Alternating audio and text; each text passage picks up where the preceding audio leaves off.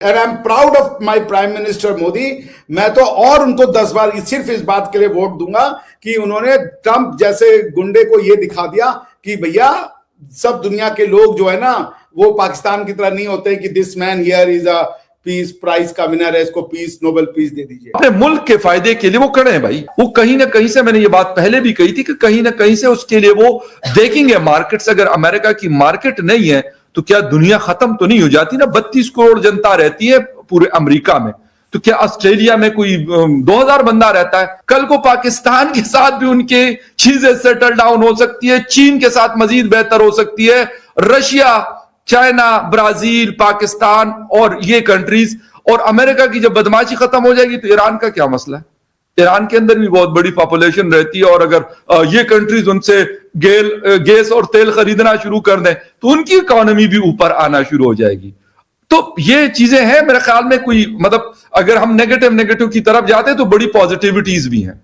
बिल्कुल, मैं भी यही कहूंगी, अगर बाकी की कंट्रीज आपस में कम से कम ये ट्रम्प को लेकर अगर यूनिटी बना लें तो ट्रम्प को अच्छा खासा टफ टाइम दे सकते हैं। और बिल्कुल मेरे ख्याल है कि मोदी जी को जो है डटे रहना चाहिए और ऐसे ही टफ टाइम देना चाहिए ट्रम्प को, क्योंकि अगर भारत अपने आप को एक बड़ी कंट्री मानता है और जो कि है भी, तो बहुत सी ऐसी छोटी कंट्रीज है जो उनको देखकर सीखेंगे, उनको देखकर उनकी भी हिम्मत होगी कि भाई हमसे एक बड़ी कंट्री जो है वो वहां पे डट गई, अपना चाहे थोड़ा बहुत नुकसान भी हो रहा होगा लेकिन फिर भी वो डटे हैं।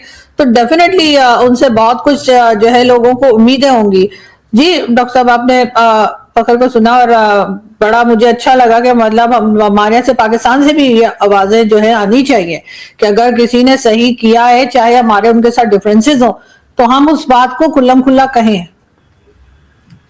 हाँ, तो वो तो कहना पड़ेगा ना, वो तो किसी के नहीं है ना। आपके यहाँ पे जो तारीफ कर रहे थे, आपको क्या लग रहा है वो तारीफ फ्री ऑफ कास्ट आ रही थी?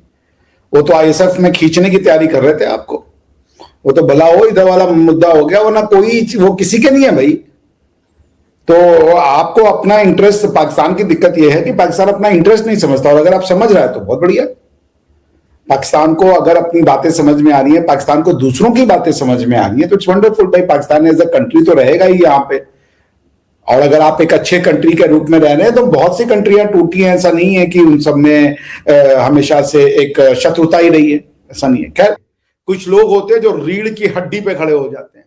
और क्या होगा, अमेरिका ने ऐसे ही सैंक्शन, जब हमने न्यूक्लियर बम एक्सप्लोजन किया था तो अमेरिका ने लगाया था, क्या हो गया हमारी इकोनॉमी का? चलती चली गई। उस समय तो हमारी इतनी बड़ी इकोनॉमी नहीं थी, उन्होंने तो कहा कि हम किसी दुनिया से आपको ट्रेड नहीं करने देंगे। आज अमेरिका की मजबूरी बन गया भारत के साथ उनकी वो करना, ट्रेड करना।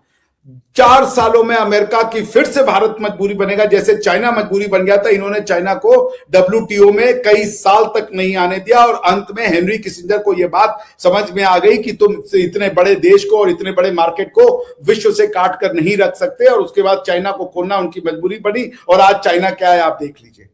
जो लोग भारतवर्ष में ये कह रहे हैं कि मोदी जी को फोन घुमा देना चाहिए, मैं कह रहा हूं कभी नहीं। आज आप उसके लिए फोन घुमाओगे क्योंकि उनके शर्तों पे आपने ट्रेड माना। वो कह रहे हैं हम ट्रेड देंगे मगर भीख के रूप में, हमें फोन करो। ये ऐसे तो मोदी जी 10 बार फोन कर लेते, मगर ये कि ये ट्रेड डील तब होगा जब तुम हमें फोन करो। क्यों? क्योंकि तुम जो है बार बार कह दो कि ये पहलगाम में जो ऑपरेशन सिंदूर हुआ था उसको हमने रुकवाया था। आज तुम हमसे फोन करवा रहे हो ट्रेड नेगोशिएशन के लिए, कल कहोगे कश्मीर पाकिस्तान को दे दो, जैसे उन्होंने उसको कहा, क्या नाम है, ये जेलेंस्की को, कि भूल जाओ वो क्या नाम है, डोनेस्क लुहांस्क भूल जाओ, अब वो रशिया का हो गया। तो कल को ये हमें ऐसे कहने देंगे? ये ट्रेड से नहीं शुरू होगा, बात झुकने की है, बात दबाने की है कि ट्रेड डील होगी हमारी शर्तों पे। Hats off to prime minister Modi. और ये हमारा वचन है अपने प्रधानमंत्री से कि आपके पीछे आपकी जनता खड़ी है, हम पेट पे वो मांगने को, बांधने को तैयार है, लेकिन कभी भी आप अपनी स्वतंत्र। अरे रहने दे सर, आप क्या पेट पे बांधने को तैयार हैं? आप तो शो के अंदर खाते रहते हैं, आप कैसे पेट पे बांध लेंगे? नहीं खाएंगे ना, कल से, आज नहीं खाएंगे। को आप ये मसीही फेथ कहते हैं, वो पोलर रीजन से नीचे रहता है, चोजन वन, जो कि अब्राहमिक फेथ है पूरा का पूरा। ये कि ये ट्रेड डील तब होगा जब तुम हमें फोन करो। क्यों? क्योंकि तुम जो है बार बार कह दो कि ये पहलगाम में जो ऑपरेशन सिंदूर हुआ था उसको हमने रुकवाया था। आज तुम हमसे फोन करवा रहे हो ट्रेड नेगोशिएशन के लिए, कल कहोगे कश्मीर पाकिस्तान को दे दो, जैसे उन्होंने उसको कहा, क्या नाम है, तो पेड़ पे बांधना पड़ गया तो क्या करेंगे? राजू जी, आपको भारत का इतिहास ही नहीं पता है। इससे पहले भी तो वो एज अ प्रेसिडेंट रह चुके हैं, पहले तो हमने कभी उनको ऐसा करते नहीं देखा, इस किस्म की बातें करते भी नहीं सुना। नहीं, ये सारी चीजें तो रिपीट कर रहे हैं। ग्रीनलैंड तो उन्होंने तब भी मांगा था जब वो फर्स्ट एडमिनिस्ट्रेशन थी ट्रम्प साहब की, उनकी नजर उस पर लगी हुई है। उस समय उनकी जो उनकी प्रायोरिटीज थी वो दूसरी थी। देखिए, जो ट्रम्प 2.0 है ना, ये बहुत उसमें, बिकॉज कि ट्रम्प को ये लगता है कि उनको प्रोविडेंस है, ईश्वर की उनके ऊपर हाथ है, उनके ऊपर हत्या के अटेम्प्ट हुए, जो सच है। वो याद होगा जो उनके मतलब कान से अगर गोली छू के चली जाए, मतलब 1 मिलीमीटर अगर होता, वो यहां से घुसती, आंख में घुस जाती, खेल खत्म था ट्रम्प साहब का। मगर कान से छू के गई है। So the man is convinced that I am the chosen one, जो कि अब्राहमिक फेथ है पूरा का पूरा, जिसको आप ये मसीही फेथ कहती हैं या अब्राहम का फेथ कहती है। इसका एक सबसे बड़ा सेंट्रल पॉइंट है चोजन वन, कि हमको ईश्वर ने स्पेशली बनाया है, चाहे वो जूस हो, चाहे क्रिश्चियन हो, और चाहे वो मुस्लिम हो। उनका ये है कि we are the chosen one by the God. तो उनको भी ये लगता है कि उनको ईश्वर ने ये सब करने के लिए दिया, तो वो और इम्पोर्टेंट हो गया। और वेनेजुएला में जो हुआ, आप राष्ट्रपति को पकड़ के ले आए जैसे कि कोई गली का बच्चा हो, उसको कान उमेट के चलो घर, वो मजाक नहीं है। तो ही इज इम्पोर्टेंट। और आप देखते रहिए, वो ग्रीनलैंड लेके रहेगा, मैं आपको लिखित में दे रहा हूं। 3-4 महीने रुकिए, ग्रीनलैंड पे एक्शन अवश्यंभावी होगा, वो निश्चित होगा। इस पे ईयू क्या करेगा देखने लायक है। देखिए, उन्होंने ना, आप उनकी स्ट्रेटेजी देखिए। पहले उन्होंने जेलेंस्की को कहा कि तुम भूल जाओ डोनेस्क और लुहांस्क को। उन्होंने रशिया और पुतिन की तारीफ करी। वेस्ट पुतिन से क्यों यूरोपियन यूनियन चिढ़ता है? क्योंकि वो ये कहता है कि रशिया जो है वो टेरिटरी खा जाता है, जो कि यूएन चार्टर का वायलेशन है। क्योंकि यूएन चार्टर में लिखा है कि territorial integrity and political independence, ये दोनों नॉन नेगोशिएबल हैं। यूज ऑफ फोर्स के जरिए इनको चेंज नहीं किया जा सकता। टेरिटोरियल इंटेग्रिटी को लेके यूरोपियंस बहुत सेंसिटिव हैं। इसी टेरिटोरियल इंटेग्रिटी को वो कहते हैं इंटरनेशनल वर्ल्ड ऑर्डर, या वर्ल्ड ऑर्डर, या international legal order, international political order, जो भी आप कहना चाहें।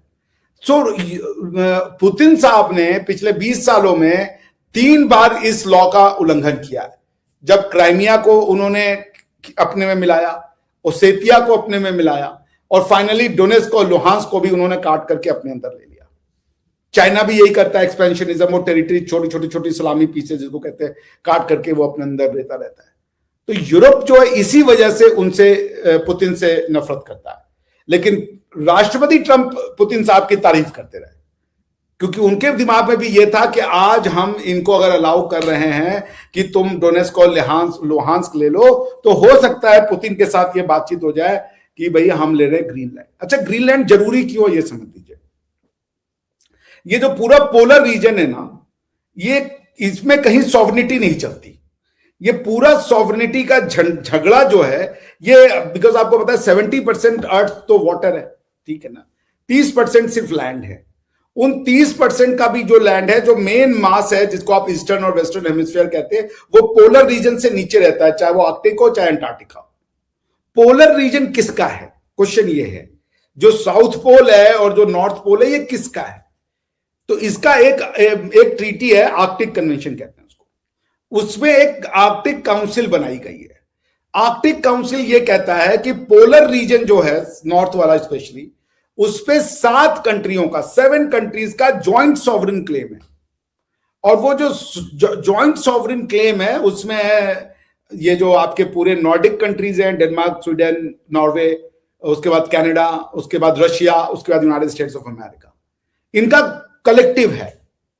तो अब ये जो कंसर्न है कि जैसे जैसे आर्कटिक की बर्फ पिघल रही है, आर्कटिक में बहुत सा नेचुरल रिसोर्स है, और उस नेचुरल रिसोर्स को वो लेना चाहते हैं सारी कंट्रियां जिनकी वहां पे वो है। क्योंकि वहां कोई गवर्नमेंट नहीं है। हालांकि ये जो ग्रीनलैंड है और जो आर्कटिक का और आसपास का रीजन है, वहां पे 2 मेजर पॉपुलेशन रहती है। उनका नाम है इनुइट, एक ग्रुप है INNUIT इनुइट, और एक और ग्रुप है, उसका नाम मैं भूल रहा हूं।